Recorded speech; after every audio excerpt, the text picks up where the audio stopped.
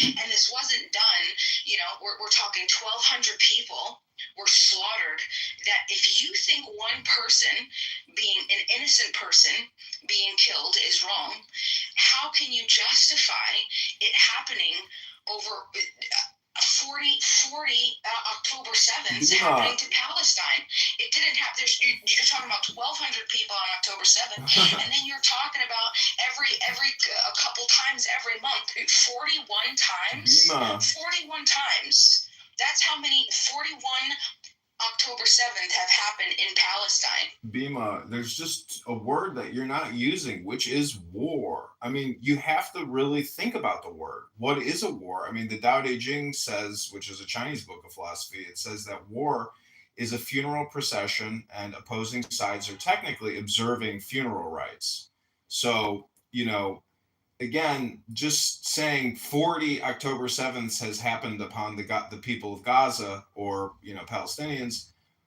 It's a funeral procession, and eventually the hostilities will subside, and it will get hashed out, like it will get worked out. But unfortunately, when you're trying to kill a terrorist, and it's in a very densely populated area, you have to still pull the trigger, even though innocent people are going to die. I mean, you can't win unless people die. But it's not even about winning. It's about recognizing the fact that this is all bullshit. All of it is, all violence sucks. There's no disagreement on any of these fundamental, things about living the good life, which is a life of nonviolence. So you just have to understand that you're hyper conditioned to be on one side of the fence when you shouldn't actually. The best place to be is on the fence post where you're just the observer and you don't have an opinion on the matter. But that still doesn't change what war is, what the word means, what history is, what anger is, what justice is. There's just so many components to this that I think that the worst aspect of this whole thing is really a lot of the people on the outside in the world, outside of this small area of the planet, are spending so much of their few moments of breath on this life even talking about it. So it becomes all spam. And until you realize that you can't actually even hope to change the equation over there, you may become a propaganda distributor and think that that is impacting some kind of change, but it takes away from your life. So the saying is, if you want to improve the world, you improve yourself. It's the most fundamental way to change the world, is to change yourself, which is really only through education or physical fitness. So again, go read a book and go to the gym, fatties. I am complete.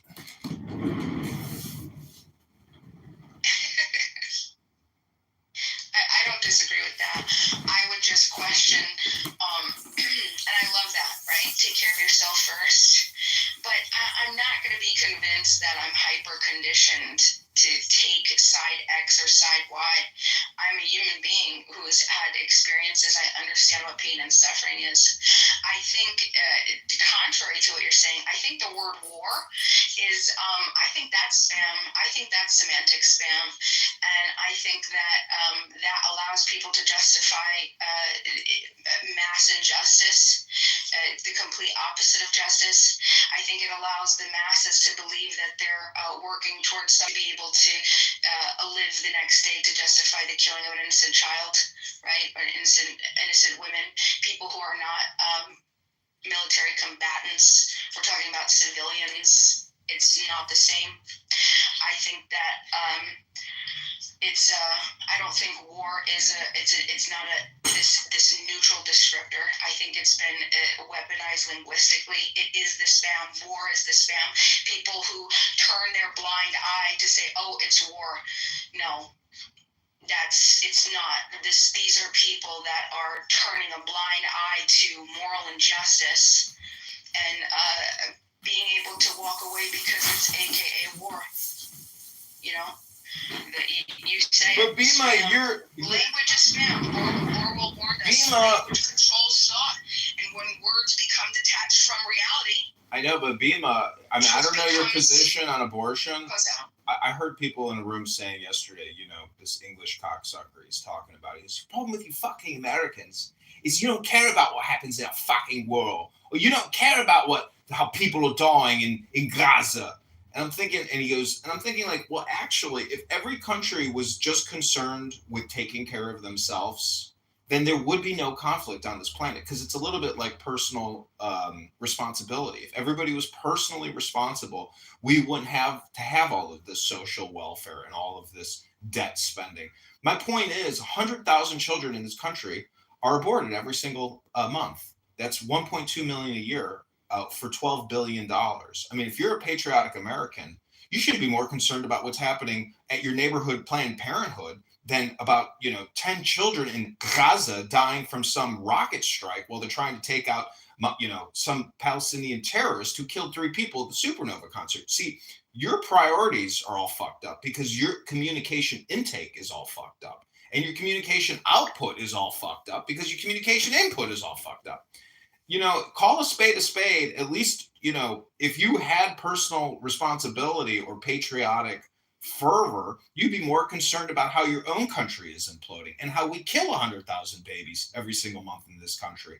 I mean, do you think some woman, some doctor who facilitates, one abortion a day and makes $450,000 a year doing it because of taxpayer money, do you think that's not an issue? I mean, I can't stand hearing people say, oh, these people are dying. It's like, yeah, 100,000 people are getting murdered in their heads. Have you ever seen baby fetal tissue and seen woman is waging a war against a terrorist group of people? I mean, those images are horrific. But when you see baby flesh and dissected babies being put into, storage containers, to me, I mean, it's all relative. Like, there's bigger issues to focus on and to communicate about than a lot of these deranged people who just want to talk about Gaza, 18 hours a day. It's crazy. Yeah, I think that's a logical fallacy, right? Like, can I be worried about abortions in my country and also simultaneously be worried about the hijacking of the word war to create a numbness to let people feel that they less likely are questioning its use and to understand what it actually means? How is it you say war? Well, sure, because you say it's psychological programming. It's all spam. It's all communication. You say war, it completely bypasses critical thinking, right? It's gonna trigger instinctive fear, loyalty, tribalism, nationalism, etc. And when someone says, "Well, look, they're at war," you immediately get into those us versus them thinking, justification of force, right? Just suspend all the ethical norms that we've ever established through how many, right? And now it's taking murder. It's going to reframe it as duty. It's going to use destruction as defense, and then that's exactly. No, you're framing what the word war is. This is a form of, as comedy says, neuro-linguistic. Hold on, let me just finish. It is a form of neuro-linguistic programming. You're using loaded language to create an automatic emotional response instead of reasoned thought. If a person kills an innocent child, it's murder. If a drone strike does it during a war on terror, it's called unfortunate but necessary. The word war reprograms the moral response from outrage to reluctance to reluctant acceptance. This is the communication. This is the spam. This is the neuro-linguistic programming that the comedian talks about every day. Come and find his rooms. Join his rooms, and you can learn all about it, as I have. See, the point is, meditation now is the solution, which is silence now. And I hate to break the bad news to you, but your typical terrorist in a tunnel who is willing to die for their cause, they may be praying to Allah, but they're not praying for peace within the Hamas military, structure, and they're not praying for peace in Israel. A lot of people are just totally clueless, and unfortunately, people get caught up in this giant political military-industrial complex and communication spam industrial complex. So I don't have any real solutions other than meditation now. That's my opinion, but the word war is raw backwards. I mean, it's very raw. You can't. If you look at history, it's so raw, it's so brutal, and I have no real solutions other than pray for peace. and pray for personal salvation so that, hopefully the world can have salvation. But, you know, Bima, I mean, happy Memorial Day.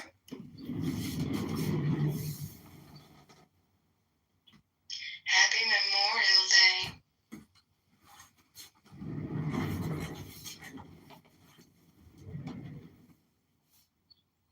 I mean, violence sucks, but I mean, in Chicago, 30 people just got blown away this weekend by gunfire.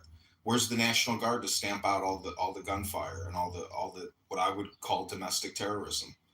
It would be too racist to go into black neighborhoods with the military to put down the gangbangers who are murdering each other and murdering innocent people. I mean, how far do you take it? That's the problem, is if you decide to go all in, there's negative repercussions. If you decide not to go in at all, there's negative repercussions. You're damned if you speak. You're damned if you stay silent. You're damned if you have an opinion. So, Bima, again, I just go back to that. Again, personal improvement is the only real viable methodology to improve the world and to save your own life. Otherwise, you just become a victim of spam. Everything that you've heard here today, if you are listening to this, congratulations, you are a victim of spam.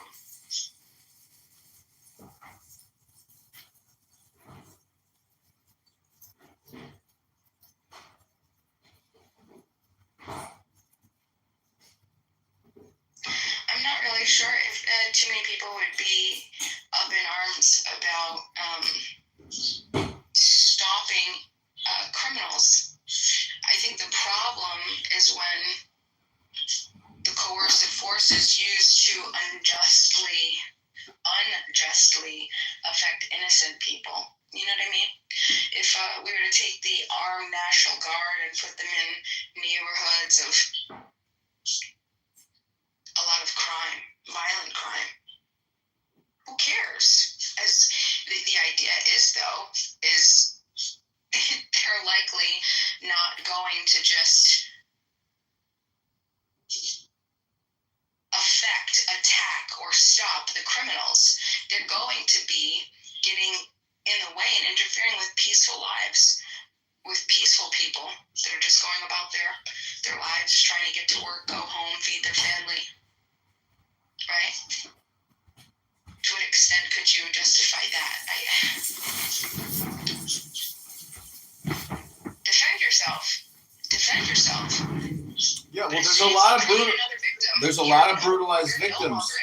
There's a lot of brutalized victims in those neighborhoods that would love to see a presence on the street, because then they wouldn't get bullied by the gangbangers anymore. I mean, it's like hallway justice, That's why they have hall monitors. You need observers to report the facts, to record.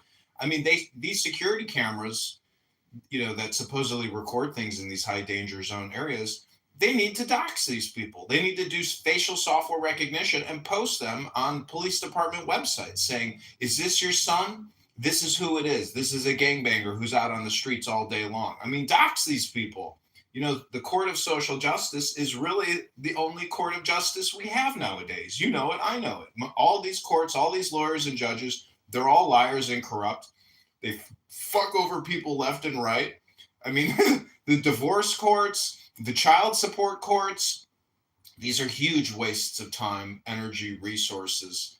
But, without it, I mean, then it's just lawless, and there's no supervision and there's no documentation. So, again, I would just say that spending time on this app is a form of toxic spam absorption, and it will have negative repercussions on your life. I mean, the book in my PTR, if you've never read that book, it's called The Tao Te Ching. You should read it because it's one of the smartest books ever written. And it talks about all the things we're talking about, but 2,000 years ago, meaning that you're being a victim of spam. This app is a spam distribution platform, just like how Facebook is. Facebook is nothing but one giant spam platform. And then they mix in advertisements, which are more spam. So if you want to become free and enlighten yourself, you have to pick up a book. There's no other way to do it, because most people can't just give you a compression of the wisdom. It only really changes your life if you process the words through your brain, and then you start to build a comprehension of what you're reading. These are my opinions, but in my opinion, Bima, I've heard you speak on this app for quite a while, and I think you are a victim of spam, and then you regurgitate the spam. That's what you're doing.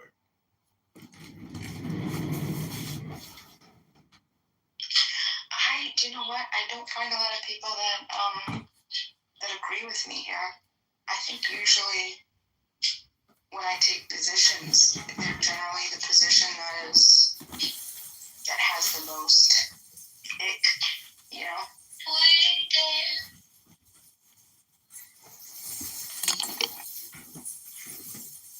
I'd like to think that's because I'm not going along with the masses. I like to think that's because I've thought a little bit through what my actual positions are.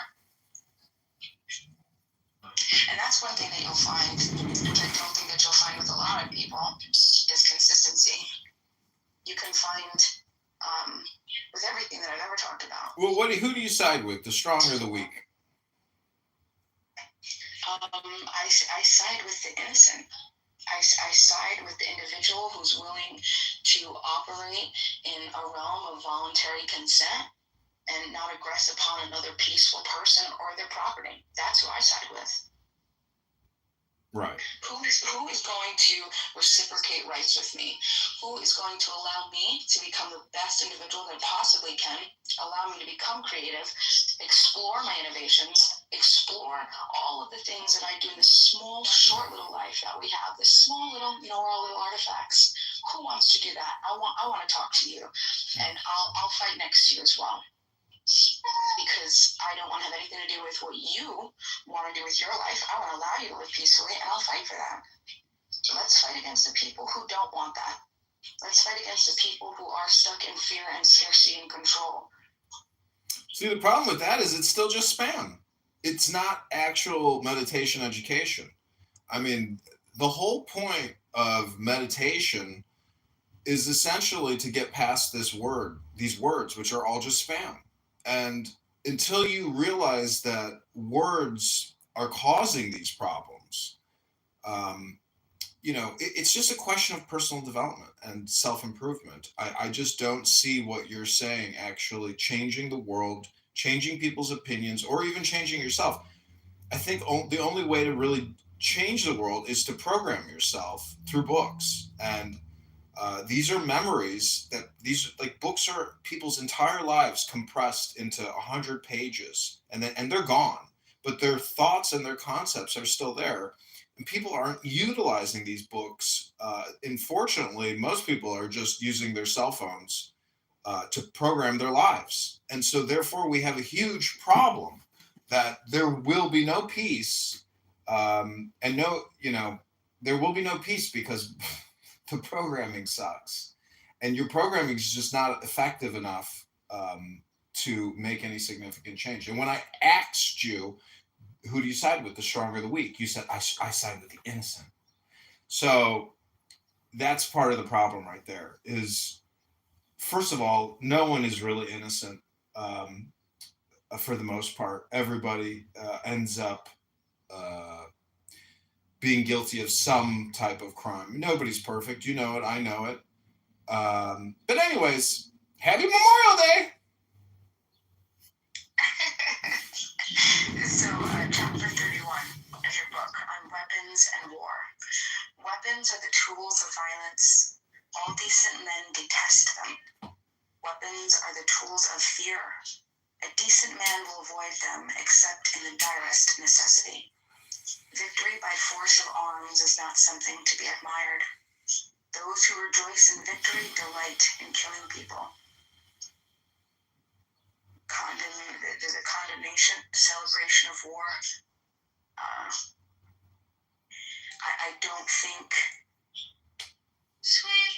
what you hear from, I'll allow the audience to make their decisions, but what do you hear when you are looking at a war in this world in 2025?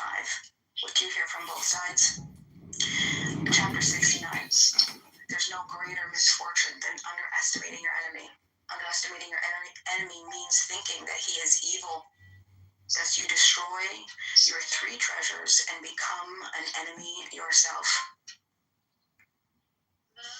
Even in the face of opposition, you your book warns against dehumanizing the enemy. War isn't a space for righteousness or ego. It's supposed to be a last resort. It's supposed to be a defense, and it risks destroying your one's virtues. Tao Te Ching, chapter 30. Those who use the Tao to guide rulers did not use force to conquer the world. For every force, there is a counterforce. Violence, even well-intentioned, always rebounds upon itself. Think about the Israeli-Palestinian conflict. Think about what I said. When you are a victim, and instead of defending yourself only upon the aggressor, the person guilty, you then create more victims. What are you doing? Force and violence upon the innocent, it's self-defeating. This justified war, there's moral, there's spiritual, there's mental harm that's involved. The Tao talks about, you know better than me. This is just quick thumb through. It looks like it's saying harmony, restraint, non-interference. See, that book, Bima, is about governance, about rulership, about personal development, about wisdom, intelligence, strategy, knowledge. You can do a superficial reading of it, but you should read it, front to back, and record yourself reading it and re-listen to it, because you can read a book superficially, and then the comprehension of the knowledge and integration of that information, which is really comprehension, can be challenging.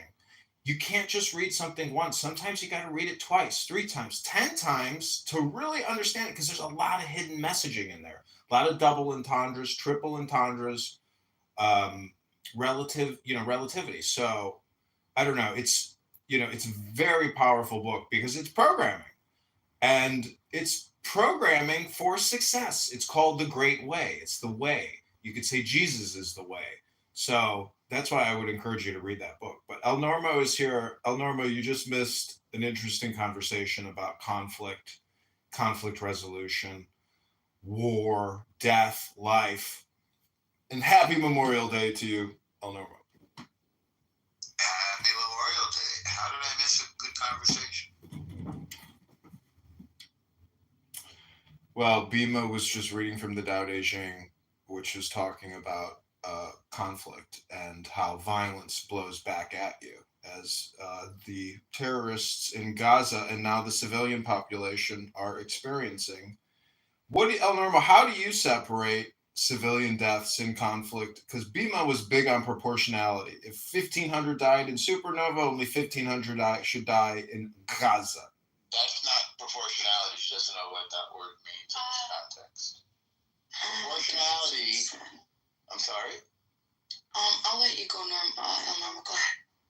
Proportionality means that the military value of a target must be commensurate with the potential collateral damage to civilians. That's what proportionality means. There is no such thing as, if you kill 10 of ours, then we kill 10 of yours. As we learned, for example, in World War II, obviously we killed far more Germans than Germans killed Brits or Americans, although we all lost a lot. The idea when the other side starts a war, as Hamas did, is to kill the other side. And it's up to them to protect their women and children. But instead, they hide behind their women and children. They plant their military assets among women and children in order to maximize the number of shaheeds or martyrs. This is a death cult that we're fighting. You dig? I mean, your average mother, your average child. I mean, the problem is when you say death cult, that means that all their communication is essentially shahadist. I mean, I've seen their communication that they put out, and it's insane. And I just don't see any solution other than a total solution, which is the complete and total removal of all people from those areas and put it all under Israeli security control, and then essentially do a development plan. And I just, Well, that's, you can stay. And if you pick up a gun, we're going to come and take it from you. We're not going to do it gently. We don't need to do it gently. If you declare war, we're going to beat your ass. That's a fact. And Aziz in the audience knows that, and the people of Gaza know that, and the people of Hamas know it. The Hamas we've wiped out their leadership, and we've sort of cut off their supply of money. They're in rough shape right now. Israel is very serious this time. In years past, I think we've conducted ourselves a little bit less definitively, but this time it's going to be different. I mean, do you think when it's like an all or nothing solution? I mean, that I'm proposing, but from like a citizen perspective, to just know that terrorist fervor to your immediate south as an ever-present reality. I mean, maybe it's an ever-present reality everywhere. I mean, I don't know if you know Alan Watts, but he has this book called The Wisdom of Insecurity. But as a, as a citizen, I mean, you should demand absolute security. I mean, what are you going to work for every day? To just pay somebody's pension and salary? I mean, you want security and you want total security. Which means transparency. I mean, in Chicago, where 30 people get killed every weekend, I'm thinking like they got all these security cameras everywhere. It's like, and they have social recognition software. Identify these people, dox them, put them on a Chicago police website with their photo, with their address, with who their employer is. I mean, total surveillance. What makes you think we're not doing that right now? Well, it's not public. It's not on some kind of public registrar or ledger where you can identify and even receive an alert. Hey, known suspect in your area. I mean, I want surveillance and I want to be notified of potential threats in my area.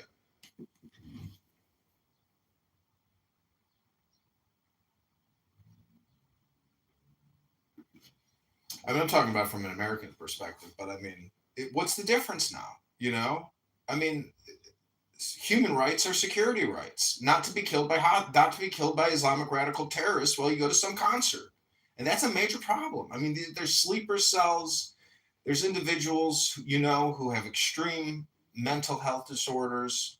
They absolutely have Jewish derangement syndrome. I mean, it's all they think about. It's all they talk about. It's all the media they look at.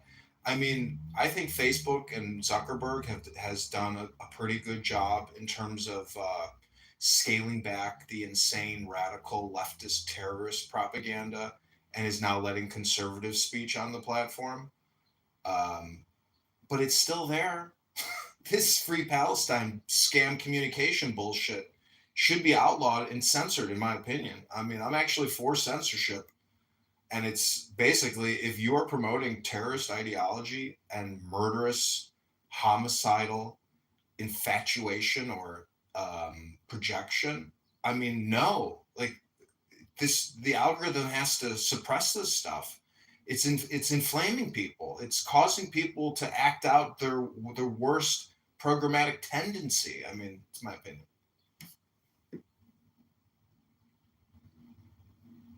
Do you think truly in your heart of hearts that people are intentionally supporting terrorism versus believing that it is a response to injustice? What's the GDP for Pakistan? In 2023, the gross domestic product (GDP) of Pakistan was $337.9 billion. By the way, you have a new notification. You want to hear it? Yes. One new notification from Amazon. The U.S. National Weather Service has issued a coastal flood statement for South Slope. It'll be in effect from May 26th, 7 p.m. ET. So, what were you asking, Bima? Do you think that the people who are supposedly supporting Palestine or the Free Palestine movement, right? Do you think those individuals are intentionally looking to harm, destroy, and hurt versus they believe that harm, destruction has come to a people and that is the retaliation that is necessary to free and create peace for them? I think both sides are like a mirror, but one side of the mirror is more polished than the other side, really, at the end of the day, if that makes any sense. Because I would just ask you to compress your message more. Can you make it one very short, succinct sentence? Because you have too much in there, to address, I suppose, or to think about. Can you compress it? But again, my answer would probably be it's just two mirrors. One is polished, one is unpolished. And same thing with the India Pakistan conflict. Israel is the big brother, uh, Gaza is the little brother. It's a question of great state versus small state. The Tao Te Ching addresses these topics about humility and how a great state gets on its knee or how an inferior state gets on its knee and how it wins respect. It's really advanced psychology on how to do conflict resolution and create harmony. And that's what they don't have in Gaza. In Israel, they have a book called Tanya. They have a collection of books called Torah. And these books deal with conflict resolution. Even the genocide stories of the Old Testament, I believe those are essentially stories to educate us on the now, which is peace and silence. Not silence in terms of subversion or lies through like failing to provide information. There's a term for that, disclosure, essentially, lack of disclosure. But all the information is out there, Bima. All these solutions to all these problems are out there in books. They are external programs just waiting to be infused into the human psyche of every human on the planet. But who can do that when you have to scroll up and down on TikTok for Doomsday Forever and watch a countless number of free, free Palestine, free, free, free Palestine? And then you got some cocksucker in Washington, D.C. from Chicago who responds to some Hamas propaganda message and then murders two innocent people, two beautiful people about to get married. You know, I mean, come on, Bima. Don't you see the connection between communication and killings? It's right there. That's the perfect example of how communication kills, how direct response communication kills. It's the same thing with the television advertising industry. I used to caddy for Mr. Blywas, beautiful Jewish human being who created the direct response ad. And, he made millions and millions of dollars. It's all about communication. And what we have with this conflict and many conflicts is a failure to communicate. I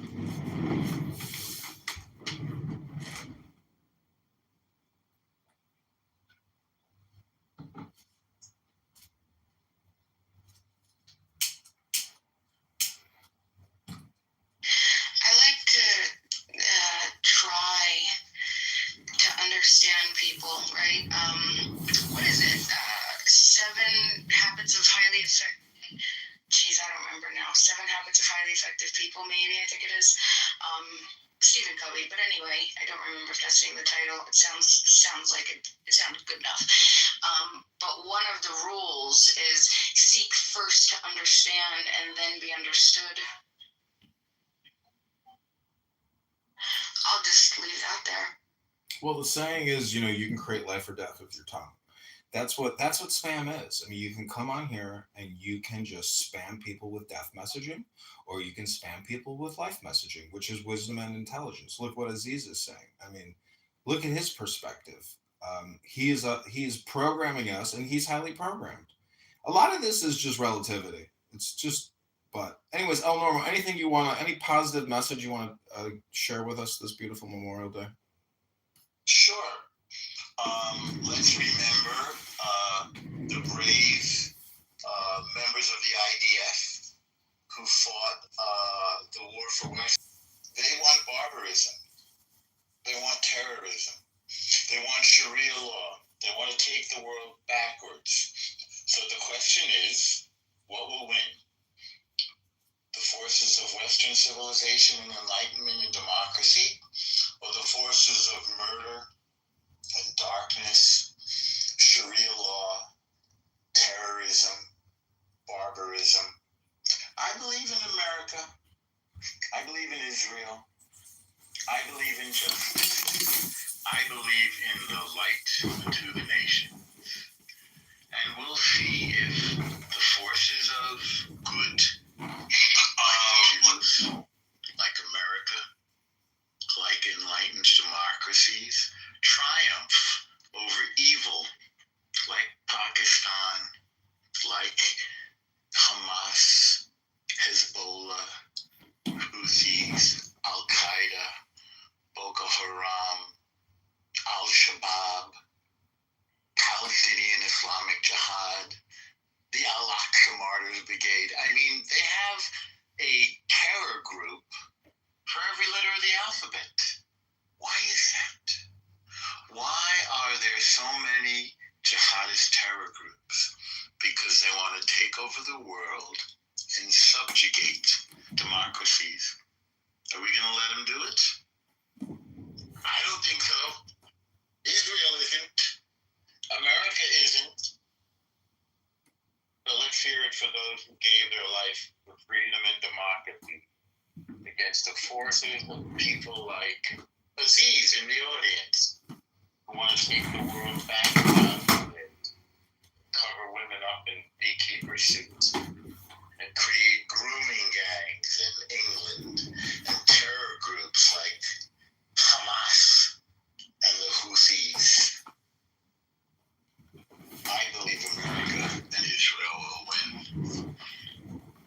Well, we have the world's biggest superpower on our side. By the way, do you want to mod me, Comedy? So I can... Yeah, thanks. Yeah, Aziz, you think that the world's biggest superpower is going to lose? I would bet on the moral high ground. I would bet on democracy. I would bet on the United States. But let's just see. Aziz thinks this has something to do with race, but again, he doesn't know what race he is. Do you, Aziz? You're just some vague sort of mishmash of a fake state created by England, aren't you? Isn't that true, Aziz? And now you are living a stranger in a strange land, Aziz, waiting for the world to turn against you when it said it's had enough of your grooming gangs and your terror groups. Right, Aziz? I don't think that we have. I think we have much more in common than we don't. I think El Normo is a guy who wants peace and freedom, and I think Aziz is a guy who wants peace and freedom. No, Aziz wants Islamic domination. He doesn't want peace. Israel has always offered it's true, Aziz. Of course it is. Didn't you just say that Europe is Muslim now? Hey, you don't listen to yourself, but we listen to you. When you say you want to destroy the state of Israel, and you want to destroy America, and you want to destroy the West, we hear you. We understand your intention. We take you seriously. The question is, do you think we're going to let you do that? Take a look at Gaza. If you bother us, then you're going to get Gaza. That's a fact, Aziz. So take your best shot. No, I didn't say women and children have to die, Aziz. That's your guys who say that women and children have to die. That's what Yahya Sinwar said. He said that he wants his women and children to become shaheeds. Aziz, we will say the prayers for your death. I'm going to leave that up there. God kill you if you're lying. You don't even know the truth anymore, do you, Aziz? You don't know up from down. You don't know left from right. You don't really speak English. We're a stranger in a strange land, Aziz. You don't really fit in, let's be honest. We don't have any interest in your terrorism or your grooming gangs or your lying. I hope God does give you the justice that you deserve, Aziz, and I'm sure he will. The lying is ending, Aziz. Your lies are over. It's truth time. It's time to pay pay the piper, Aziz. That's what's happening in Gaza. Do you think anybody wants to go put up with the terror that you guys export? You never did address that, Aziz. Why are you guys such terrorists, huh? Why do you kidnap people? You think that's okay? I don't think it's okay. And Bima, thank you for the positive things you said. And I think before October 7th, a lot of decent people believed what you believe, that other people have the same interests. But you know what? They don't. And they say that they don't. They say that they want October 7th over and over and over. It does give you the justice to eat. We're going to stop them. I'm not sure how much of that is ingrained in the religious text made them to believe such, right? Versus a people that are at a state of such despair and hopelessness and helplessness that they're in this state of Well, you know what Jews do when we're in despair?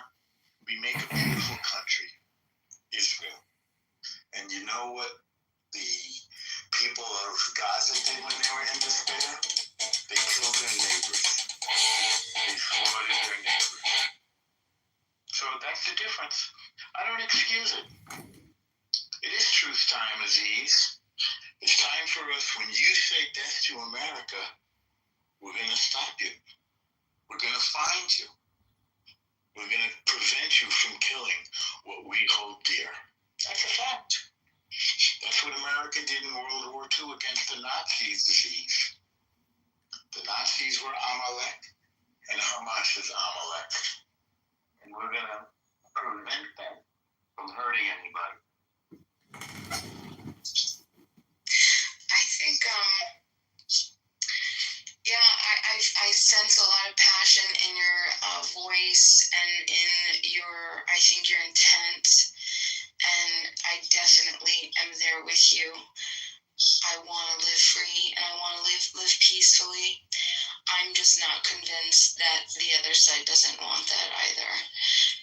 They don't say that they want it. I'm not sure if they're in a position to say it. Bima, your average taxi driver's Bima, their average taxi driver is going to say that. The radical Hamas militants are not going to say that. I mean, you got to understand that this is that the now destroyed individuals who led this ridiculous October 7th operation have been put in the ground. I mean, you have to look at it from the perspective of pirates. I don't know how to describe it any other way. These are savage, ruthless pirates that did this type of thing. I mean, these are the worst type of mafioso killers you can possibly imagine. To do what they did on October 7th is so fucking sick. I mean, they were trying to spark a regional war more than just one isolated terrorist attack. It was so vast in scale that, I mean, listen, I don't know. Conflict. No, this is accurate comedy. They wanted to ignite the ring of fire. They wanted Hezbollah to attack from the north. They wanted the Houthis to attack from the southeast. They wanted Iran to attack. And it failed. Israel extinguished the ring of fire. Israel grew from this because it seized land offensively. When we're attacked, it gives us the right to take your land. And we're not giving it back. Maybe they'll learn their lesson this way. They clearly don't care about their own lives. But they do seem to care about their land. Hashem is pleased, Aziz. Hashem told us the following. If your enemy rises up to kill you, rise up first and kill them first. And you have risen up to kill us, and we have risen up before you and prevented you from doing your evil. You're evil, Aziz. You're evil. And we're not going to tolerate murderers on our border. Thank you for the amen, Mike. That's a fact.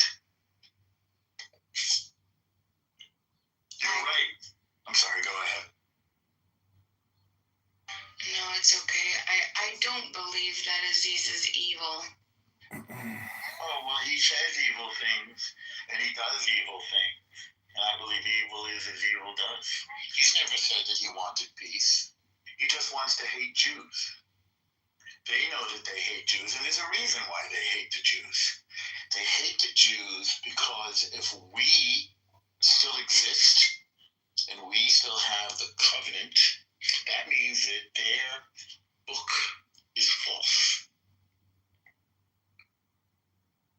It means that they are not the final revelation. They're just a sort of a, let's just say, a weak revision of the Torah.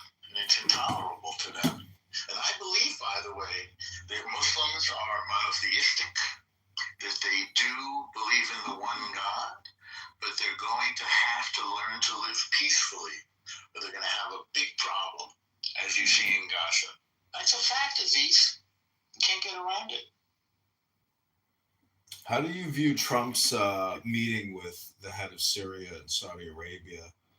I mean, the guy from Saudi Arabia is now, in every country forming negotiations. I mean, how do you view peace in at least Syria, Saudi Arabia with Israel? But I mean, Lebanon. What Trump said on his plane yesterday is that him forming deals with the Muslim nations of the Gulf and with Syria was good for Israel. And I believe him. He's gathering up the Sunni Muslims and he's getting them onto the same page to oppose Iran, the Shia forces which want to conquer the Sunni forces. And he's strengthening them and making deals and bringing them into the fold of the Abraham Accord. Syria now, by the way, Syria is in negotiations with Israel right now. They don't want to mess with Israel. Israel took out all of Syria's military assets. Yes, you're right, Aziz. You are a religious fanatic, but we're not going to let that deter us. We will not let your violent, terroristic fanaticism, we're not going to let that impinge on the West, on our democracies, on our multi-ethnic, diverse ethic of equality. We don't want to live under Sharia law, Aziz. Look at the projection. He says Norma's a religious zealot. He's just projecting it. Have you said anything religiously zealot? Nothing. I'm a Jew, but I'm not a zealot. We'll see. All communication is projection. I think I would have to push back. I think that the why he would be saying that is It's projection. Using the monolith. I think El Normo, I think while your intentions are good, I think your language is intentionally inflammatory. And I want to inflame the fire of democracy and righteousness. That's what I want to inflame.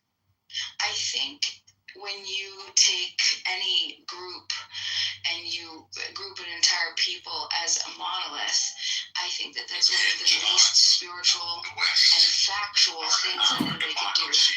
I think that it's well, I think nobody's a monolith. But that's what I'm saying. Like, it sounds like your language. That's what it sounds like to me. Tell me what you heard me say, and I'll tell you if it's right, or I'll correct you if you didn't hear it right. It was pretty much everything you said for the past 20 minutes. Well, give me an example of something that you heard, and I'll tell you if you heard it right.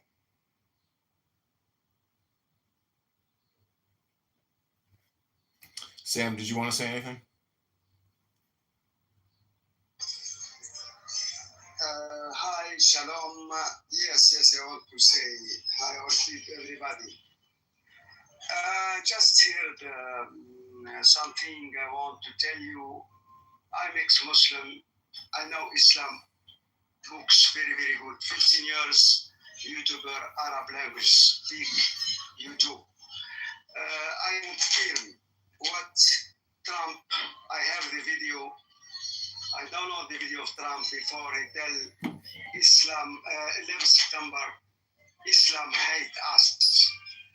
And from the books, he's right. Why people know tell the truth? Islam Quran, Sahih al-Bukhari is what Prophet Muhammad tell. He hate Jews, Christian, and kill them. I know the basic. It's clear. It's white. No people tell no. I know very good. I'm ex-Muslim. Don't try to be proud of your religion. Even the shuyukh, English and Arab, repeat. They tell our religion is killing Jews, killing Christian, it means American, and we take the America and we take it and all around the world. Jihad, many verses I know it. That's what they tell you. Me, I'm for Islam out of state, Islam out of Europe. Is okay. It's my opinion. Freedom of speech. You're speaking about Trump and Saudi Arabia and all. Just to have two sentences. Trump, he know Arabic Saudi, they hate America. Emirates hate also Israel, but they're afraid of Iran, Shia. They're afraid, that's why, taqiyya, it's called taqiyya in Quran. Oh, we love you, Netanyahu and Trump. Taqiyya, it means in Quran, it means you are in American Muslim, for example. You hate them, you want to kill them because Allah, he tell. But I do taqiyya, I tell, I love you, American, when I meet you in state, when I'm strong, I will kill you. Taqiyya, it means submission, no, you tell something, but in your heart is other thing. I love you, American, but in his heart and brain to kill you, but he cannot, he's not strong. You understand Taqiyya? Lying. Liars? They're big liars? Yeah, liar, yeah. You can lie in Islam, in three cases, in war, and also taqiyya. It's saying it's in Quran. It's Islam. Islam is like this. Is in Quran. Allah they tell them. You understand? This is the first point. The second point, Arabic Saudi and Gulf. I know geopolitically. Now they have no choice to be together with America and Israel. Why? To destroy Iran. But they think, shit, when they destroy Iran, after the Gulf, they have milliard, they can destroy also, I mean, from inside, with Islam, America, and Europe. But that's why, but they don't like I'm a Christian. I know the Quran, I know to kill but he cannot, he's not as you tell comedy, I believe, yes, he wants to be destroy, not Iran people, I mean the nuclear and infrastructure. He go with Gulf, Sunni, just to attack Iran. Yes, and after he will change. You understand my idea? Both they do taqiyya, I mean. Yeah, thank you. Mike free, thank you. Thank you, Sam. Do you understand, Aziz? You can give a thumbs up if you understand. Yeah, Sam is being honest here. So once you stop being Muslim, Sam, then you stop lying? Sam? Yes. No way I stopped Muslim 15 years ago. I stopped to love Hamas. I stopped to love Palestine. I stopped to hate America, France, because they colonized us. I'm original from Tunisia. Then I changed. I was savage. Now I'm human. When you are in Islam, you are savage. Muhammad with Quran, Allah, he make you savage.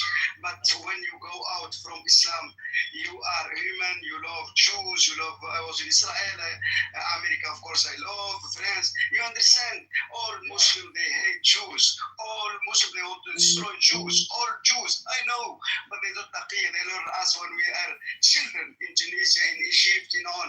You should know. Wake up, Christian and Jews, don't let them in your country destroying your country because they are, invasion.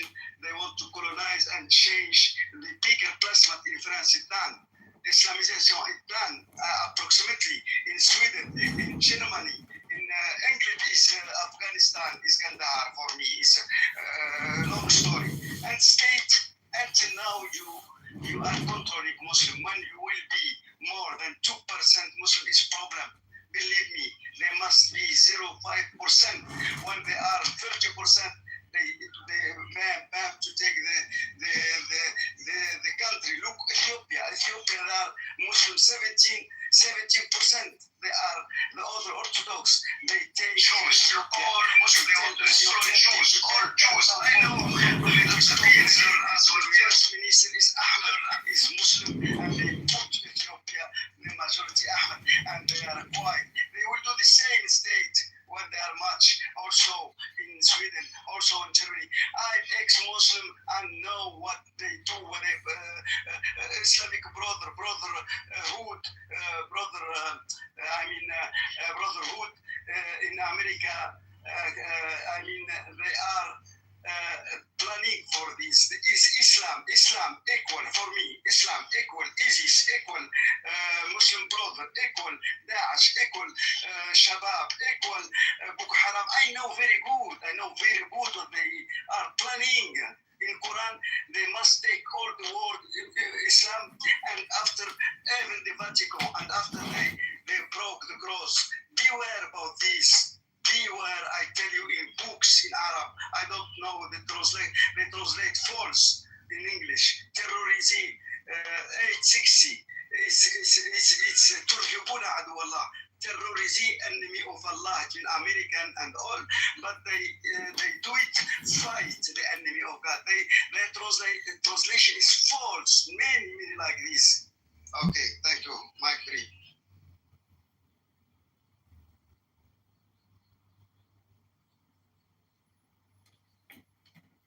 Yeah, that's really interesting. Those are stronger words than I would have been able to use to condemn this. I mean, clearly you know more about this than I do. So I thank you very much, Sam. Thank you for sharing. There's a lot of Welcome. And I add something, comedy, very important. Read your story, American. When 1760 like this, the first war after English army go is war with Islam. Your general, the Muslim in Algeria, North Africa, Algeria. What's name is Barbaros. Pirate Barbaros. They take all boats in Mediterranean. They take 2 boats of American lady, white, and general. He go before Washington, before George Washington. First war, he go to recuperate it was war with Barbaros, Barbaros in North Africa. Read your story. The first war is against Muslim. Believe me, and the ambassador of state, he go in Libya, he speak with the minister of Barbaros. He tells them in Libya, our Quran tell the verse 5, Surah 5, verse 5. He tell them our Allah to kill. اقتلوا المشركين حيث وجدتموهم. Kill no Muslim where you find them. You understand? Read your history, the true history, you'll find it. Thank you, Mike 3. Sam. Okay, we have Phoenix on the stage. Phoenix, is there something you want to say? Yeah, what the fuck?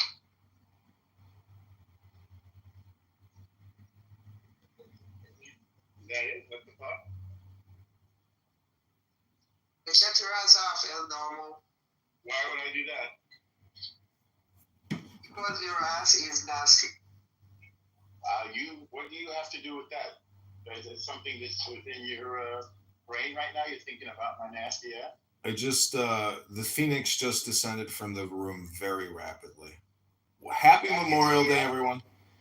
All right, it's 11:38 a.m. CST, and the date is May 26, 2025. I want to thank you all for being here. El Normo, do you have any additional positive messages you'd like to tell the room this beautiful morning, this happy Memorial Day?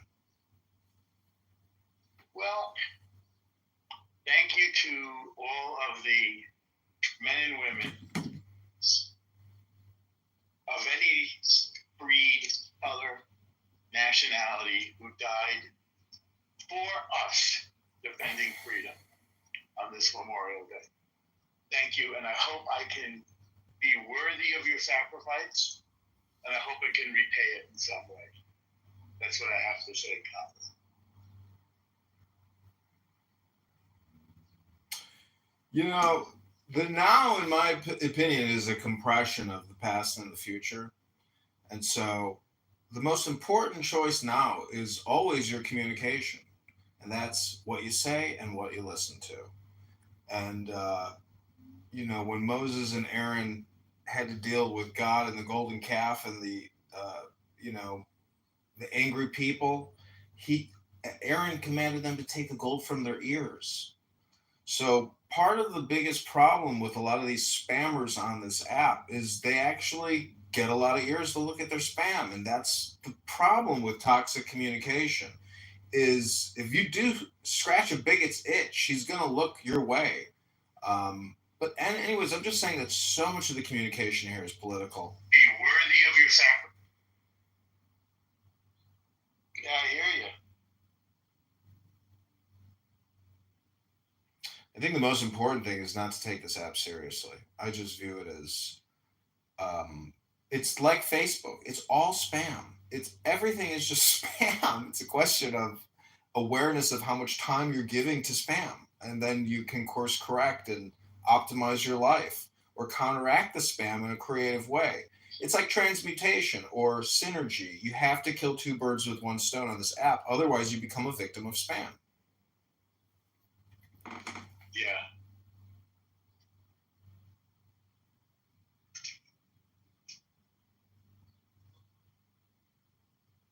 Well, I don't take the app seriously, but I take myself seriously. And I try to be careful with my words. And I use this app to clarify what I think. Not unlike Hamlet in the eponymous play by Shakespeare. By articulation, I seek clarification and redemption. I don't know if you're using X at all, but what's amazing is you can ask Grok a question right in your post. You can say, hey, at Grok, summarize this concept, summarize this link, etc. You can use AI to essentially compress communication now and also synergistically create content while you're actually using the AI chatbot to create the content. It's just kind of an innovative way to create content. But communicating with people here is also a unique experience because everybody is essentially 65 million years of evolution communicating their personality in a way, or lack thereof. And really, personality is basically large language modeling. So a lot of, again, from a native English speaker, I recognize that a lot of international speakers are here essentially running their algorithm versus our algorithm, which is our language, large language model. So it's an interesting experience to speak with non-native English speakers, but I also say that I know that the opportunity cost from consuming their spam on this app is that I'm looking at 1,000 books in front of me, and I know how much more useful a book in front of me is than actually communicating with somebody here on this app because I'm not creating larger language models and concepts and historical frames within my own self. So that's why I say if you can use this app synergistically, there's less of an opportunity cost to using it. However, anyways, those are my thoughts. So anybody else want to say anything? Any closing thoughts? Yeah, I'll have a quick clothing thoughts. My clothing thoughts. Yes, let's remember all the people that have served well and honorable, grateful for the freedom that they did fight for. I think that there's also a lot of space that we can also give to the innocent civilians that have been so slaughtered during war unjustly. On his return, Americans showed their gratitude. I think we should In also General mourn that. Pershing's words, it didn't hurt America to have a general so bold that he was dangerous. Chapter 3. Force is followed by loss of strength. This is With him was General the way of Doolittle, hell. whose 8th Air Force in Europe did so much to assure final victory. Perish. No unit, no I don't individual won the think that war. we should dominate We're the mind. fortunate in having one Obviously, here tonight simple, very basic with things. us who had a large But part specifically when it comes to in winning the war. language, that I'm this pleased first mentality I think is very proud dangerous. I think we should remember that each of us are individuals first. to fight side to side Largest of General minority on the George planet. Patton. And I think that no matter who you are, you have the right to self-defense. Soldiers, ladies and gentlemen, coming over here, there was a very great lesson. The first 4 hours, we passed over a destroyed land, utterly destroyed. You who have not seen it do not know what hell looks like from the top. That's what Germany looks like. That Austria looks like. That's what any place that the 8th Air Force and the 3rd Army works on looks like.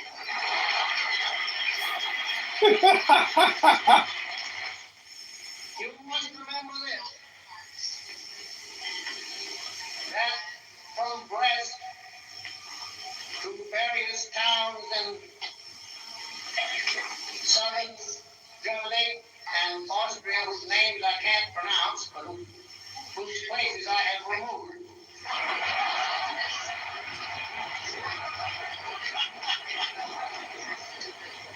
The trail of the 3rd Army and the 19th Tactical Air Command and the 8th Air Force is marked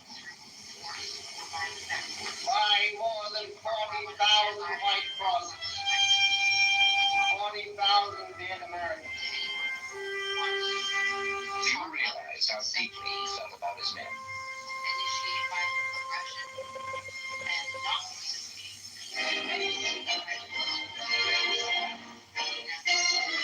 Germany, with no more battles to win, Patton watched Americans compete on the fight. Again, he saw the fighting spirit, the will to win, a quality he loved and admired, which epitomized himself. Struggle was the test of a man. War, the supreme struggle, provided the highest test.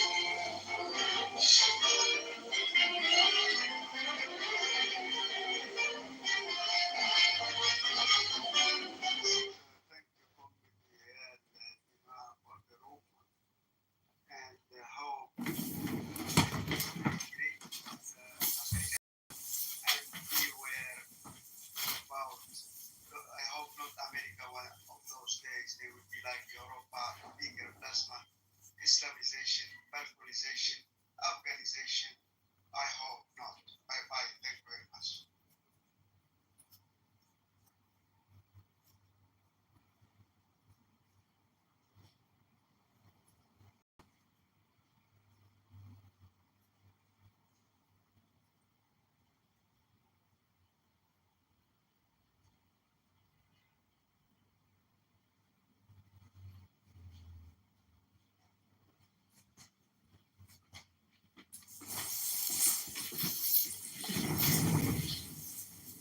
Okay, so this has been the USA Memorial Day room.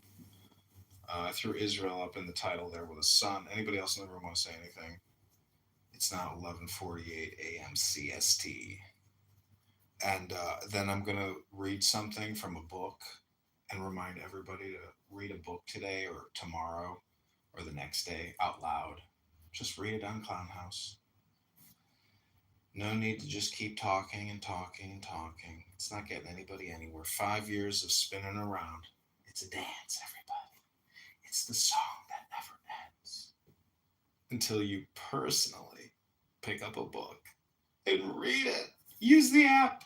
Flip it on its head upside down and just start using the app to read books to people. Oh, El Normo, it'll be the biggest, most exciting thing that's ever happened to you because then you can uh, reprogram people here.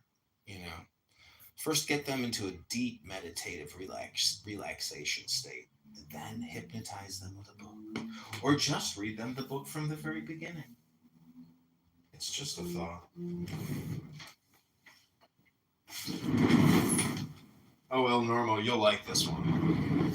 This is a treasury of Jewish maxims and aphorisms.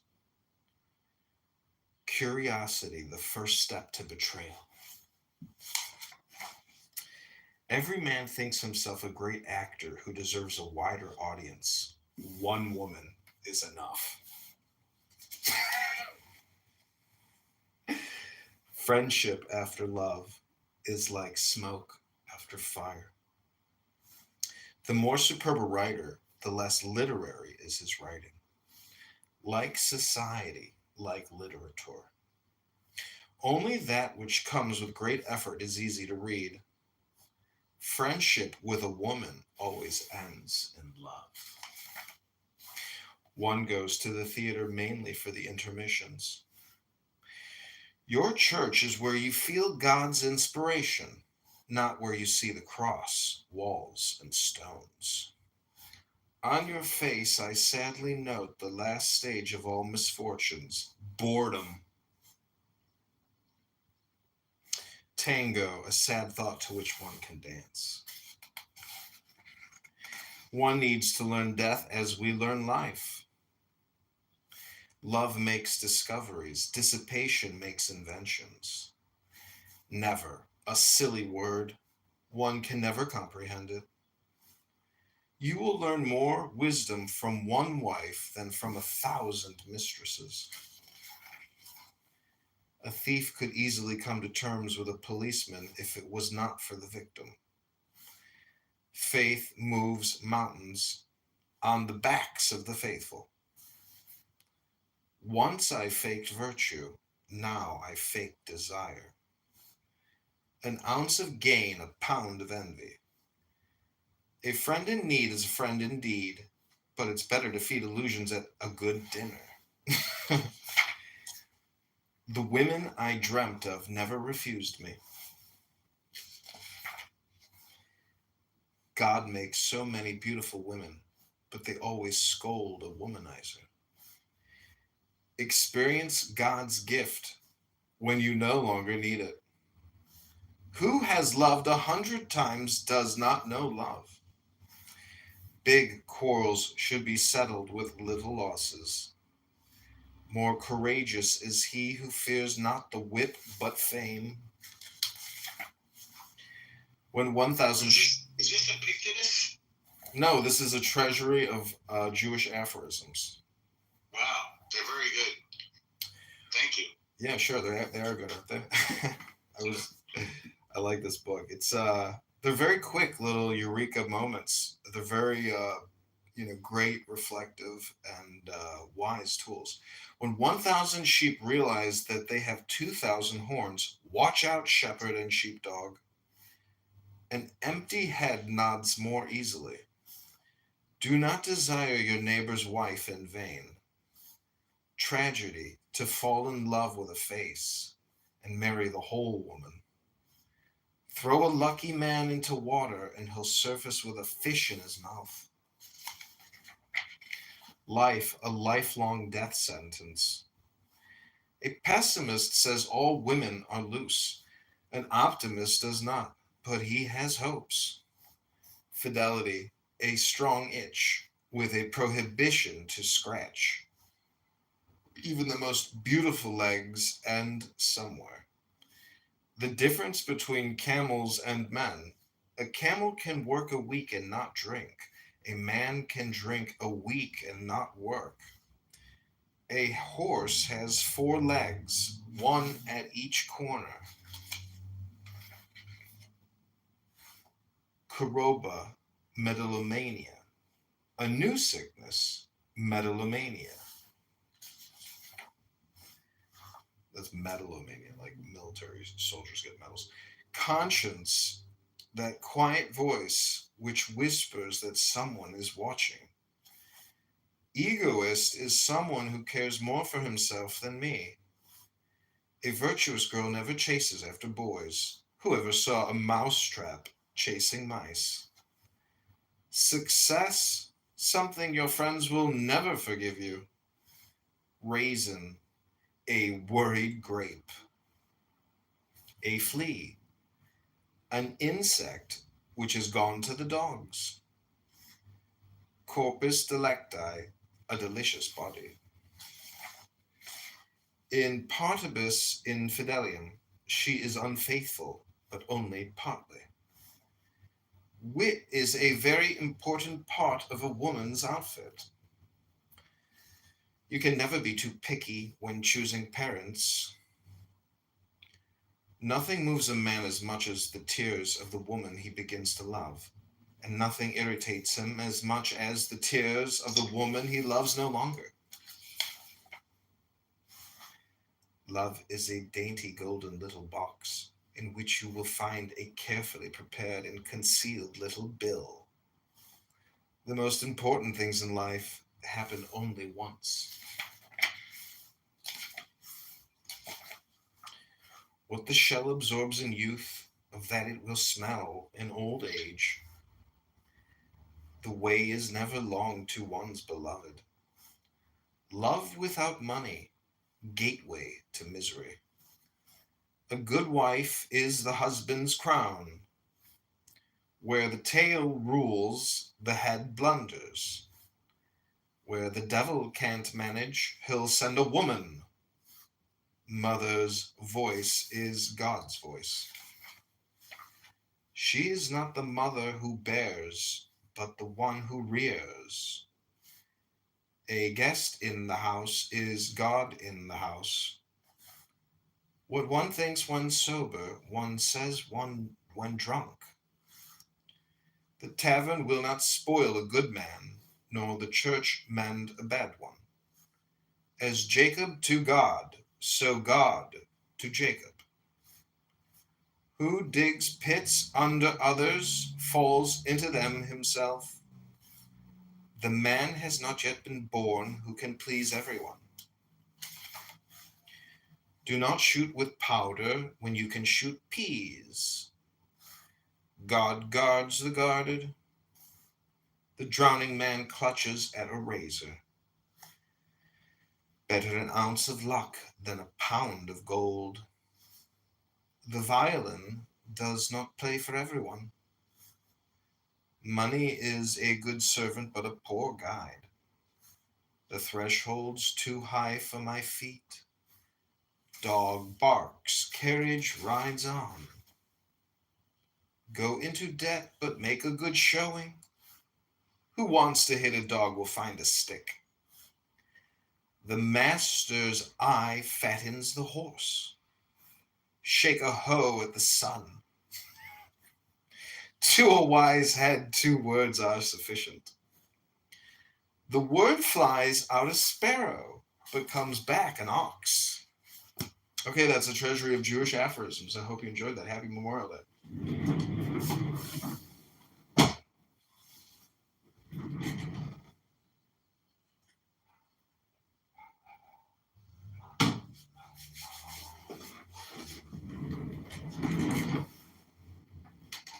Okay, this will be the last brief some YouTube videos. These are 60-second clips. I would categorize this as Greek or Roman philosophy, and I think it's pretty profound.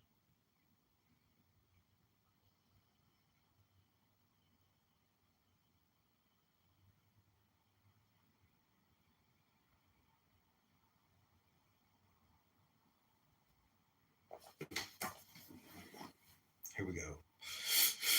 I think I know now what I never knew before, the meaning of the common saying, a fool you can neither bend nor break. Pray heaven I may never have a wise fool for my friend. There is nothing more intractable.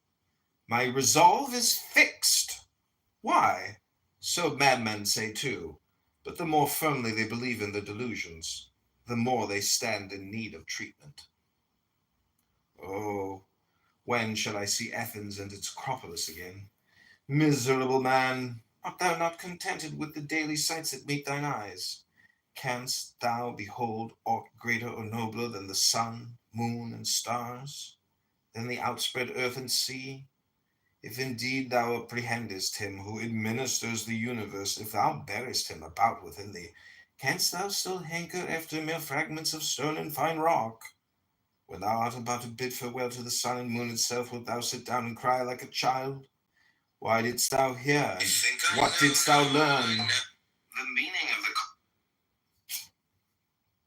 Okay, that'll be this is the kingdom of God is within you. That's Luke 17:21. Okay, everybody, hope you've enjoyed this room. This has been my USA Memorial Day Israel special. Dr. Sean Malika, health, wealth, love, peace of mind, happiness, and strength. Talk to you all soon.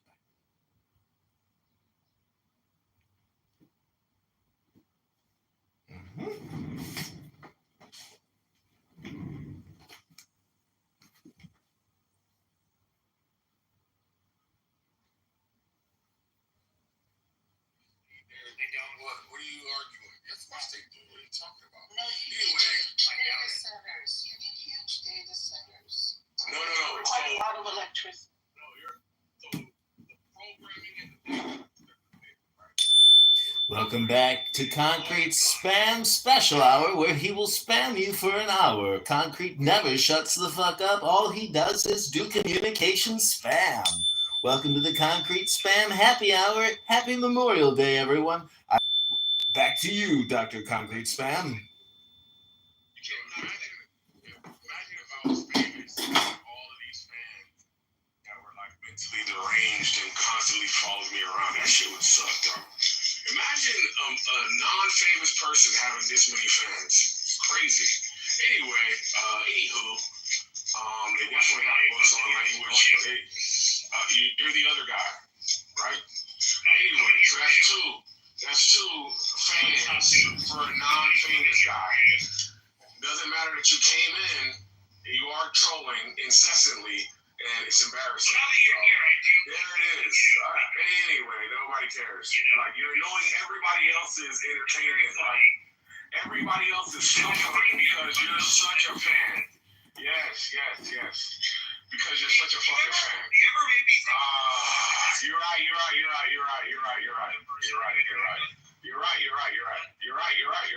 Okay. Anyway, so the whole point is, Michaela, if there is I'll actually PDR a book on large language models. I think I even have it in my fucking outbox or cart. That was like one of my next projects. If they can figure out what goes into them, they can figure out how to limit them, Michaela. I don't think it's a big deal. This is what the people are saying, is that alignment, they would have to understand. It's not alignment means being able to figure that out. And they haven't been able to do it in the time of 10 or 20 years. They haven't figured out what. Well, bring something recent for They haven't figured out what, Michaela. alignment. How do What does alignment that mean? towards human values? Oh my God. They can't. You have to. Have you ever heard of Eliar Yukowski? He's the one who got me onto this 2 or 3 years ago. Look him up, Eliar Yukowski. He had just had a recent interview, and look up the AI 2027, and watch these presentations on YouTube, and then figure out which books you want to buy, because the books have to be very recent. And I think a book.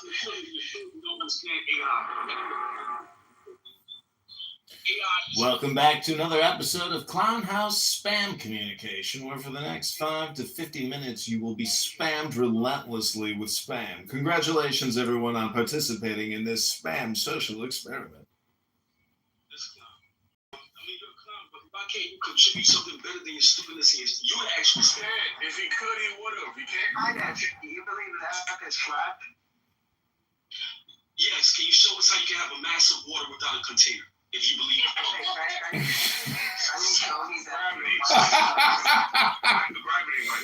Gravity. Gravity changed 3 times. Can you prove to us that your mind is not flat? Wait, hold on a second, but does the science of gravity change 3 times, and is it just a theory to this day? Midas, you don't understand scientific theories. They are very powerful. They're almost like facts. They've been constantly, tested and approved.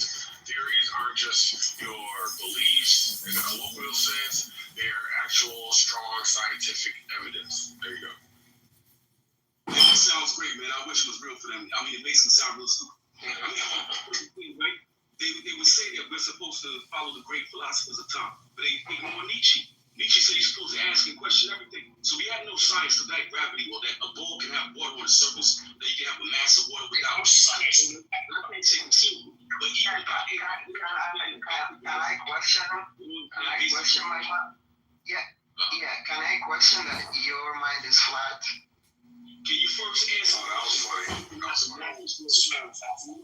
water without a container. Answer that question. Then you go for it. Go ahead. No, I think that your mind is flat. Prove me wrong. Wait, hold on, Midas. Are you saying that we can't model water being in a place without a container? Facts. There's no mass of water. You can't do any chemistry experiment without a container, a beaker, or some form of container. All right, is our atmosphere a container? Our atmosphere will have to be contained. Because they're trying to tell us that our atmosphere is directly adjacent to a vacuum. And that means our atmosphere will not be contained. Yeah. I don't know, bro. I think this is a losing battle, irrespective of, because I actually am very sympathetic to flat earthers, but I feel like the worldwide conspiracy is hard to swallow, pause, and I feel like, I think that's pretty much it, the worldwide conspiracy. It's just very difficult to swallow. Well, that's just a feeling, brother. We have the World Economic Forum, we have the United Nations, we have NASA. These people make $56 billion a year, so they're incentivized to lie. If it is a lie, they'll be incentivized. So if they can't show us an actual gravitational experiment, then how can we take them seriously? If everything they say they have is theory, then I can't take them seriously. They can't prove what they're saying, right? But there's a bunch of people that agree with the theory. What do you do? Why take it seriously? Authority and appeal to consensus. That's actually idiotic. If you understand Nietzsche, this is why I brought up Nietzsche. Force people to prove their thoughts. But these people are low IQ, so they can't handle it. What about all the mathematical equations and physics and all of this stuff that supports gravity? There are none. See, right now gravity is quantum theory. Right? It's changed 3 times. It was Newton, then with Einstein, and then with Einstein, and now it's gravity with quantum theory.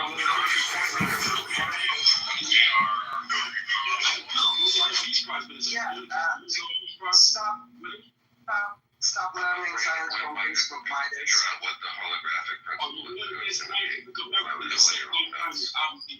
going against science? Midas, do you use Facebook? You don't tell no science to back your side. Can you show us the experiment that keeps water on the bowl? And you can add water to that bowl? Yeah, can I ask you something? Do you use Facebook? How many hours do you use Facebook daily? I'm not on Facebook. Can you actually answer a question, or you just want to deflect like a little crybaby? I'd like to interrupt here if I may. I just want to welcome you all back to your own super stupid hypnosis session where you will waste your time listening to really stupid shit. Congratulations, everyone, on wasting your time yet again, falling prey to the word hypnosis game known as Clown House. I give you back your Clown House. It's only on Clubhouse that you get to experience the mentally ill so up close and personal. Thank you, comedy. Oh, you mean like mine? Having a difference of opinion isn't a sign of mental illness. But if you think that believing that the scientific community isn't like truthful is a sign of mental illness, I would just love to know what is that illness, because what you are dealing with would also be considered a mental illness, because the consensus of the world throughout history has been agreeing with the existence of a God. For some strange reason, you are mentally ill because of your atheism. I just ask you, what's the symmetry breaker between an atheist and a flat earther, such that the flat earther is mentally ill, but not the Well, the atheist. symmetry breaker is that you're sympathetic to one of them. Well, no, the difference is that the person who claims that atheist has nothing to back them. Me as a flat earther, I actually have evidence and experiments to back me. He's actually using Christian science. What's your favorite flat earth experiment? I did it. Not armature of the earth, obviously. What's your favorite flat earther experiment like The that? curvature of the earth, obviously. That's clearly not answering the question I just asked. Well, let's reframe this as a negative. Midas, what topic do you feel maybe that you are insufficient in knowledge of? What do you not actually know, Midas? What do you think you're weak in? What subject areas or topics do you think you're not really well versed in, Midas? Go ahead, Dr. Midas. Midas, what name us a flat earth experiment? Can you show me how you can have water outside of the Can you show us a flat earth experiment? The rule Can you show us a flat earth experiment, though? I mean, Can you show us a flat earth experiment? yeah. I get a bowl of cereal and I can imitate Africa and Australia, right? And all that stuff.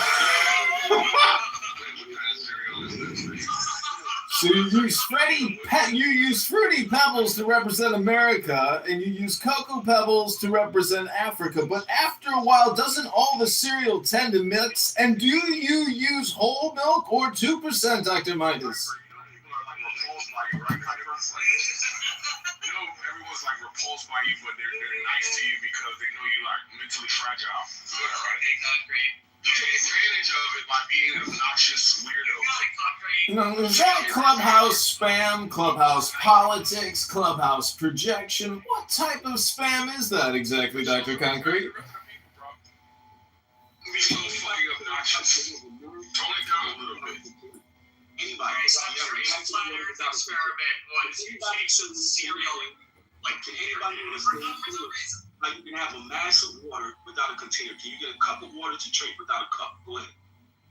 Interesting. I never thought about it that way, Dr. Midas. Have you ever taken a sprinkler and just sprayed it up in the air and caught all the driblets and the water coming down in your mouth as it makes you all wet, Dr. Midas? Have you ever been to the park where they let the drinking fountain just run on auto and you're drinking from the drinking fountain and consider that the earth is flat and maybe you don't know the truth of the earth or the math? How does the water just keep coming out of the drinking fountain without even pushing the button? How did those mechanical geniuses get the water to flow? It's called pressure, and that water comes from a container within the drinking fountain. So, wars which are leading to the drinking fountain. So, again, you're pointing to containers. Can you show us how you can have a mass of water, more than 1 or 2 droplets? Not Can you repeat the cereal experiment for us? That's really anything nasty ever brought. What do you have? Yeah, can you tell us about the cereal simulation experiment, Dr. Myers?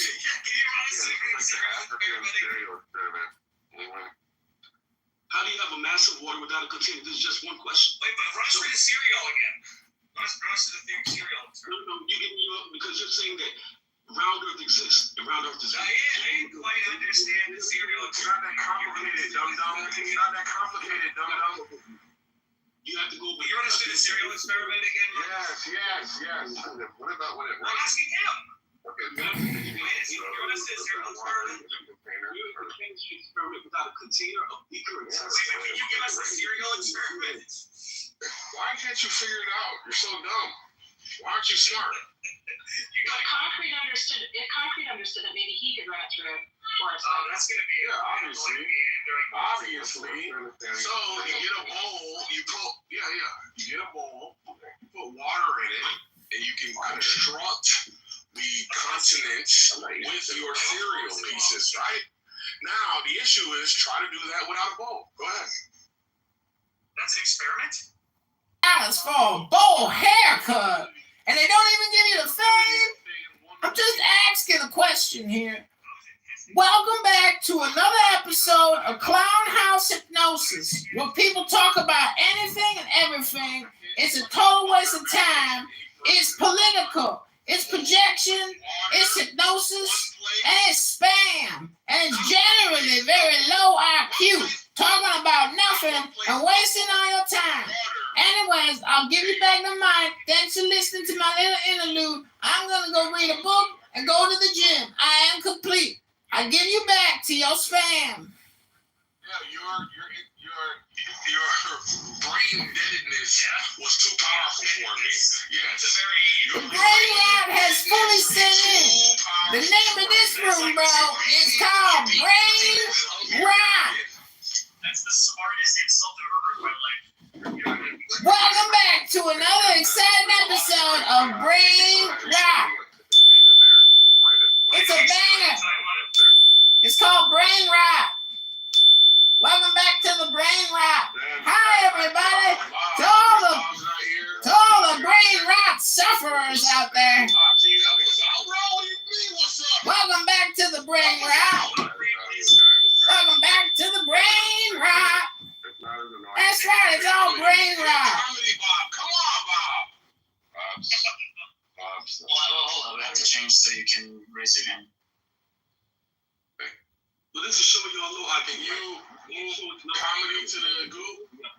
It's actually the rain clouds, so there's no container for that water. It's up in the sky, flying around.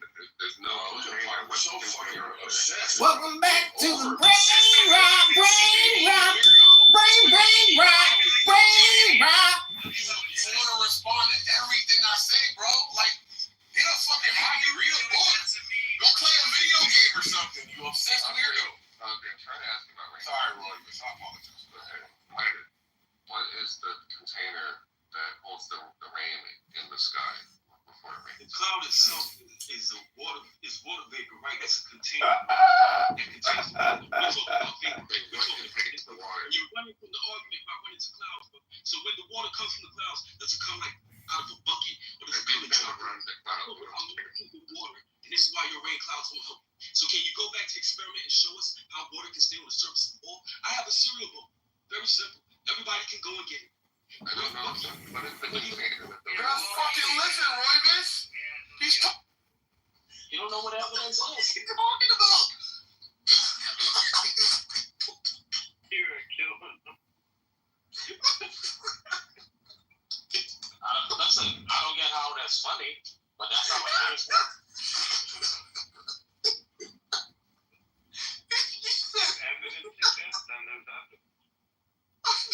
The evidence is this. Look, there's no fingerprints.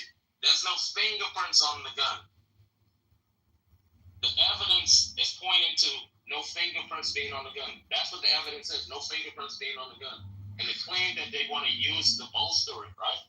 Hey, a ghost did it. My evidence is there's no fingerprints on the gun.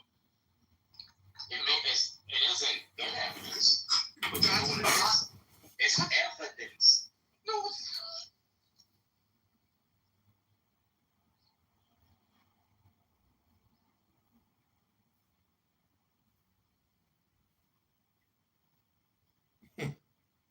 I'm gonna create a new room. It's gonna be called Clown House Brain Rot Spam.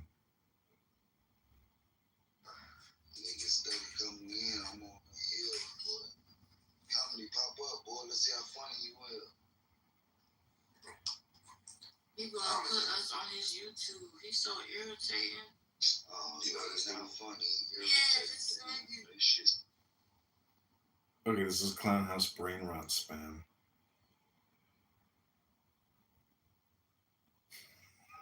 Did you hear them? That was funny. They're like, she immediately labeled me as not funny and spam. And she used the hard R on me.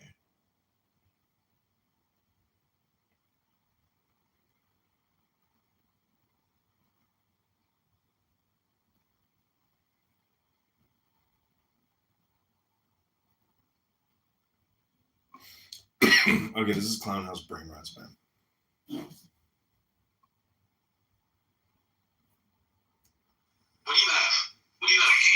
Can you tell us about the cereal simulation experiment, Dr. Myers?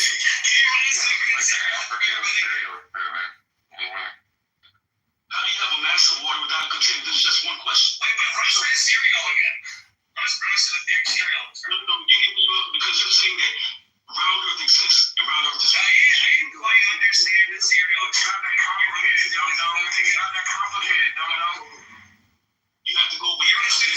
experiment again? Yes. What about when it I'm asking him. You're gonna sit here and experiment. You're gonna chemistry experiment without a container of licorice. Can you give us a serial experiment? Why can't you figure it out? You're so dumb. Why aren't you smart? You got Concrete understood that maybe he could run it through for us. that's gonna be it. Obviously. So you get a bowl.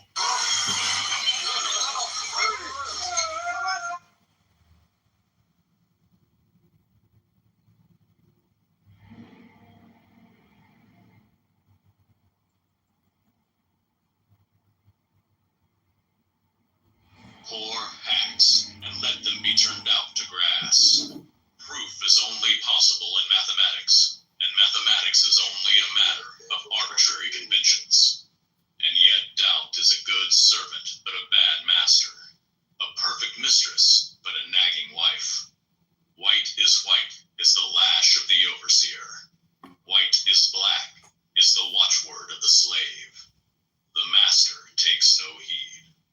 The Chinese cannot help thinking that the octave has 5 notes. The more necessary anything appears to my mind, the more certain it is that I only assert a limitation.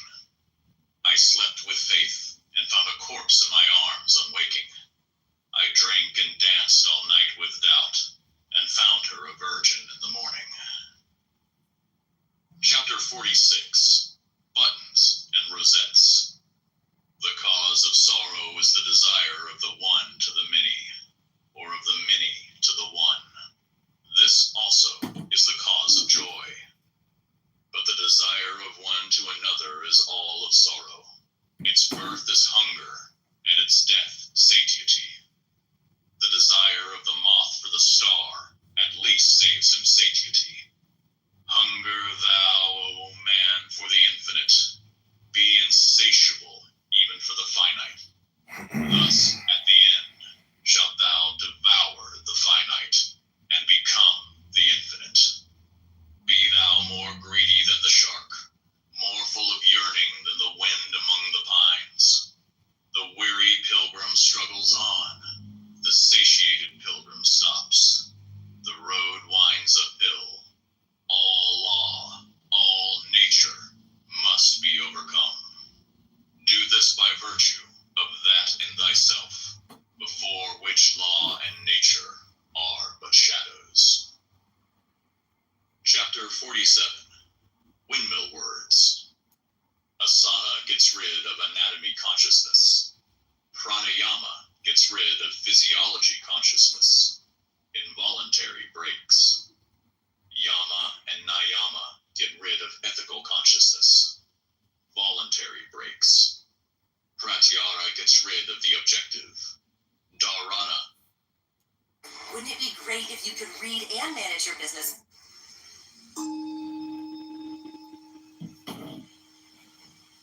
Nan-in, a Japanese master during the Meiji era, received a university professor who came to inquire about Zen. Nan-in served tea. He poured his visitor's cup full, then kept on pouring. The professor watched the overflow until he no longer could restrain himself. It is over full, no more will go in. Like this cup, Nan-in said, you are full of your own opinions and speculations. How can I show you Zen unless you first empty your cup?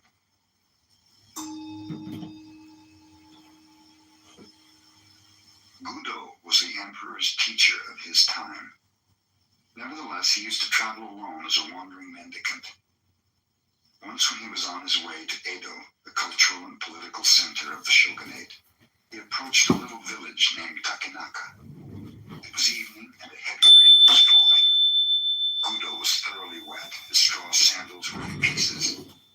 At a farmhouse near the village, he noticed 4 or 5 pairs of sandals in the window and decided to buy some dry ones. The woman who offered him the sandals, seeing how wet he was, invited him to remain for the night in her home. Budo accepted, thanking her. He entered and recited a sutra before the family shrine. He then was introduced to the woman's mother and to her children. Observing that the entire family was depressed, Gudo asked, "What was wrong?" "My husband is a gambler and a drunkard," the housewife told him. "When he happens to win, he drinks and becomes abusive. When he loses, he borrows money from others. Sometimes when he becomes thoroughly drunk, he does not come home at all. What can I do? I will meditate before the shrine." When the man of the house returned about midnight, quite drunk, he bellowed, "Hey wife, I'm home. Have you something for me to eat?" "I have something for you," said Gudo. "I happen to be caught in the rain, and your wife kindly asked me to remain here for the night. In return, I have bought some wine and fish, so you might as well have them." The man was delighted. He drank the wine at once and laid himself down on the floor. Gudo sat in meditation beside him. In the morning, when the husband awoke, he had forgotten about the previous night. "Who are you? Where do you come from?" he asked Gudo, who still was meditating. "I am Gudo of Kyoto, and I am going on to Edo," replied the Zen master. The man was utterly ashamed. He apologized profusely to the teacher of his emperor. Gudo smiled. "Everything in this life is impermanent," he explained. "Life is very brief. If you keep on gambling and drinking, you will have no time left to accomplish anything else, and you'll cause your family to suffer too." The perception of the husband awoke as if from a dream. "You are right," he declared. "How can I ever repay you for this wonderful teaching? Let me see you off and carry your things a little way." "If you wish," assented Gudo. The two started out. After they had gone 3 miles, Gudo told him to return. "Just another 5 miles, he begged Gudo. They continue on. "You may return now," suggested Gudo. "Another 10 miles, the man replied. "Return now," said Gudo when the 10 miles had been passed. "I'm going to follow you all the rest of my life," declared the man. Modern Zen teachers in Japan spring from the lineage of a famous master who was the successor of Gudo. His name was Munan, the man who never turned back.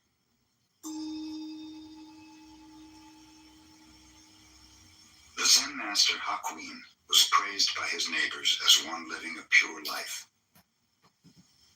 A beautiful Japanese girl whose parents owned a food store lived near him.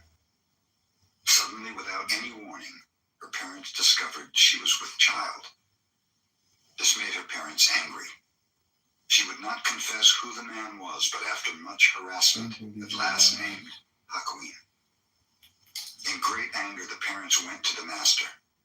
"Is that so?" was all he would say, and it no longer.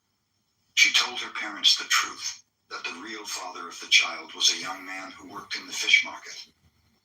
The mother and father of the girl at once went to Hakuin to ask his forgiveness, to apologize at length, and to get the child back again. Hakuin was willing. In yielding the child, all he said was, "Is that so?"